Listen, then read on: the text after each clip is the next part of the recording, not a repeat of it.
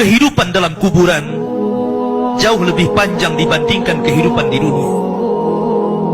Nabi SAW bersabda, a'maru ummati baina sittina wa sab'in, bahwa usia umatku itu hanya berkisar 60 sampai 70 tahun saja. Sedikit yang lewat 70 tahun. Kalaupun ada usia yang sampai 100 tahun, itu sedikit sekali.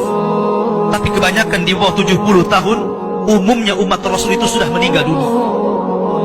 Tetapi ketika orang masuk ke dalam kuburan, usia dia di kuburan sampai kiamat ditegakkan itu panjang sekali. Anda bisa bayangkan, orang yang meninggal sejak zaman Nabi Adam sampai hari ini kiamat tidak dibangkit-bangkitkan, menunjukkan bahwa kehidupan kuburan jauh lebih panjang dibandingkan kehidupan dunia. Dari sinilah maka wajar seorang mukmin harus takut dengan kehidupan kuburan. Ma'asyiral muslimin yang dimuliakan Allah Azza wa Jalla. Tetapi para ulama mengatakan, apakah orang yang mendapatkan adab kubur itu munqati atau mustamir, terus menerus ataukah terputus? Kata para ulama, adab kubur itu hanya terputus dengan tiupan sangkakala Israfil.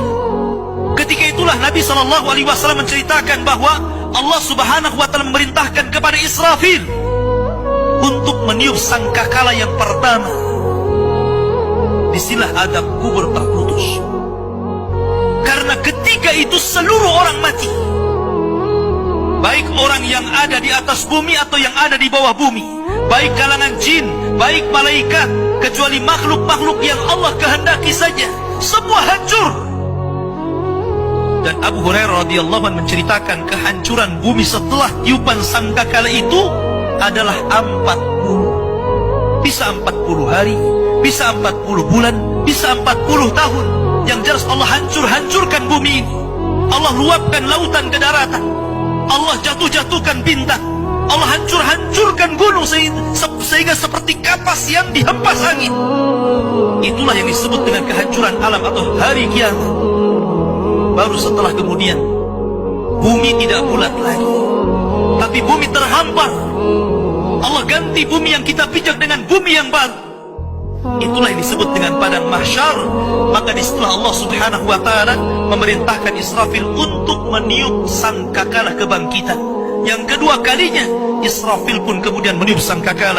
Maka dari situlah manusia keluar dari perut bumi. Wa akhrajatil ardu athqalaha. Allah keluarkan beban-beban beratnya.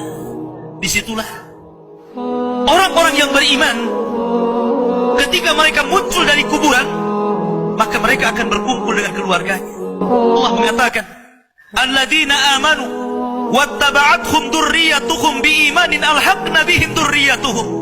Orang-orang yang beriman, kemudian keimanan diikuti oleh keluarganya, oleh istrinya, oleh suaminya, oleh bapaknya, oleh anak-anaknya, oleh cucu-cucunya. Maka ketika mereka dibangkitkan dari kuburan, mereka langsung berkumpul menjadi satu keluarga. Dan itu sebuah ketenangan. Tapi orang-orang di luar daripada beriman, mereka keluar dari perut bumi seperti dua binatang. Pertama Allah contohkan dengan laron yang berterbangan. Anda bisa melihat laron apabila terbang di atas lampu atau di sekitar lampu. Lihat bagaimana cara terbangnya. Mereka akan saling tubruk dengan kawan-kawannya. Karena pada hari itu anak lari dari orang tuanya, suami lari dari istrinya, orang tua lari dari anaknya. Terkadang mereka bertubruk satu dengan yang lainnya. Yang kedua seperti belalang kal jaradil muntashir. Pertama seperti laron dulu, lari sana lari sini, yang dari barat ke timur, yang dari timur ke barat, yang dari selatan ke utara, yang dari utara ke selatan. Mereka kacau sehingga mereka mengatakan, ya wailana man ba'atsana min marqadina. Celaka, siapa yang membangunkan aku dari tidurku? Tapi orang-orang yang beriman hanya mengatakan, hadza ma wa'adar rahman wa sadaqal mursalin. Inilah janji Allah kepada kalian dan benarlah ucapan para rasul.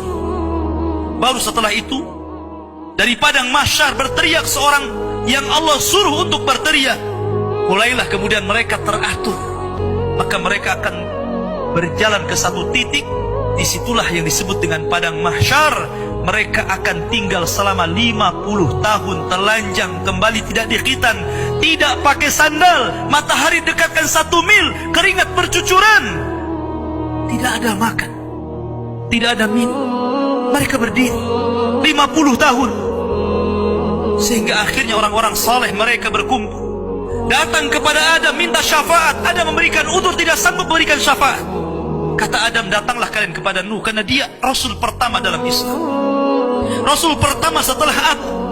Maka mereka pun kemudian datang kepada Nuh. Nuh pun memberikan udzur, datanglah kalian kepada Ibrahim, karena dia Khalilur Rahman. Maka mereka datang kepada Ibrahim. Kata Ibrahim, aku tidak sanggup berikan syafaat, datanglah kalian kepada Musa, karena dia Kalimur Rahman. Ketika mereka datang kepada Musa, kata Musa, datanglah kepada Isa.